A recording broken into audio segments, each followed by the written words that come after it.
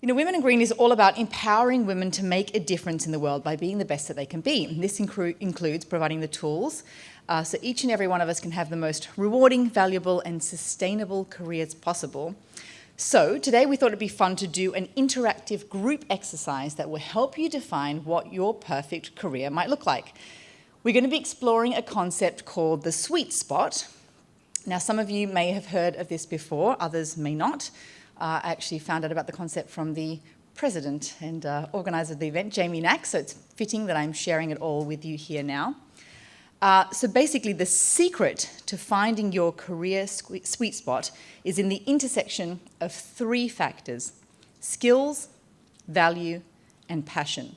Let me bring up the first slide so we can see what that looks like. So there are the three circles. So I'll be going through each one and talking in turn. But I encourage you all to grab some paper and a pen, and we'll fill this in as we go. At the end of it, some brave people might want to share what their results were. Maybe you found your sweet spot, maybe you're not, but hopefully it will be enlightening, and I'll share mine as an example too. So let's go to the first slide. Right, so in the first circle, we are going to be thinking about our skills.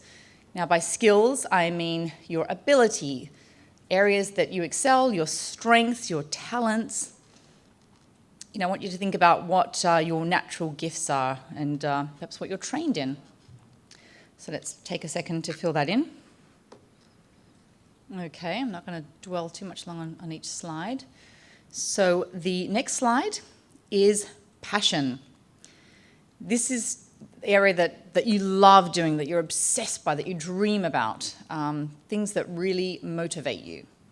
So I want you to fill out circle number 2 with your passions.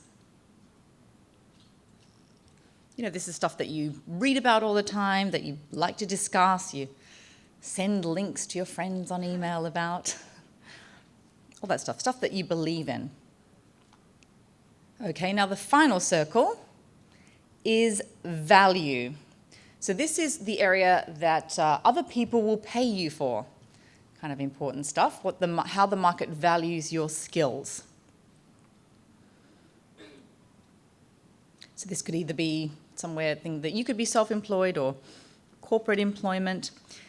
And, in my opinion, this one could be the toughest because sometimes you have little control over this slide. You may be passionate and skillful at something, but it's, you're waiting for the opportunity to apply this to the market. So think about how that might work. So let's reveal the last slide now then. Oh, here they are, magically appearing. So your sweet spot is where passion, skills, and value intersect. Sweet spot. Now, there are 2 trouble zones, and let me explain those a little bit further. Some of you might find that you're in those red triangles, and it's nothing to be alarmed about. It's quite common, actually. If you exist where your skills and passion align, that's great because you're following your dream, but possibly it's hard to monetize. So there may be an opportunity to think about how can you get value from that as well. The other trouble zone that often people find themselves in is the intersections of skills and value. So I have a friend who's an animator, and she earns a very good living doing that, but her passion is to become a holistic nutritionist. So she's not operating in her sweet spot. So as an example, I thought I would share my 3, and then maybe we can get a few volunteers from each table and talk about where they're at.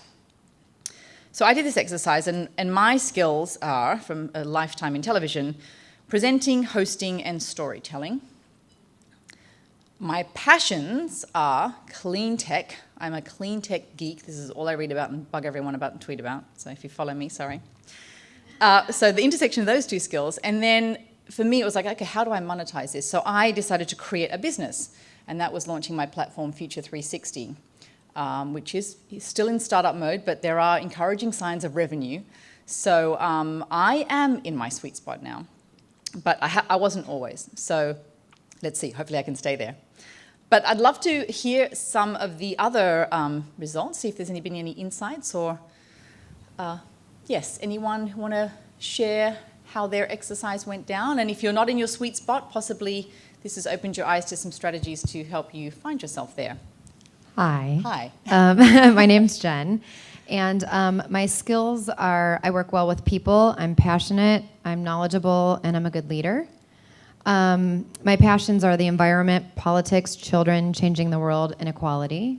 And the value is kind of my vision, my organization, the environmental knowledge that I have. So I get paid to do lead in sustainability consulting, which is absolutely my passion. So I think the value, the passion, and the skills, I've hit that sweet spot and gotten very lucky to kind of end up where I'm meant to be and loving it. So. You are, and you know, interestingly, I know you, but it's interesting because you didn't always have your own business, you worked for other people, so maybe it's even a sweeter spot now because you have more control, it's in your destiny, more to control it. So that's great, thank you for sharing, that was enlightening. Anyone else brave enough to share? Thank you. Hi, I'm Sarah. Hi. So for skills, I put communication, having a lot of enthusiasm, and then pattern recognition. I spent my career doing market research and finding creative solutions, and my passions are creative expression, self-awareness, and market dynamics and tech. And it's just interesting to look at the values. It's like I'm currently being paid for more like insights, analysis, and solutions, and there's a need, I think, for increasing the amount of like enthusiasm, inspiration, and storytelling, bringing in like where I can and it's appropriate, a personal story. So that was helpful to realize. Thanks. Oh, good. Okay. Well, hopefully, yes, you can help find your values more. This has been interesting for me. Skills-wise, I'm an environmental engineer, have worked very technically for the last 10 years, very specific contaminated sites.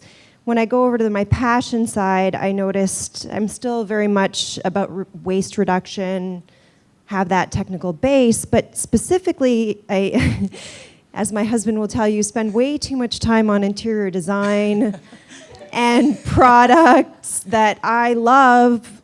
And the people that were at the cocktail last night heard me talk about cork for about 5 minutes. So that's definitely different, very different from the skill side of things. But where it might mix and where someone might be able to pay me to do this for a living is, and I feel very comfortable talking. Obviously, I volunteered to take the mic on. But when you talk personally, it's a little harder.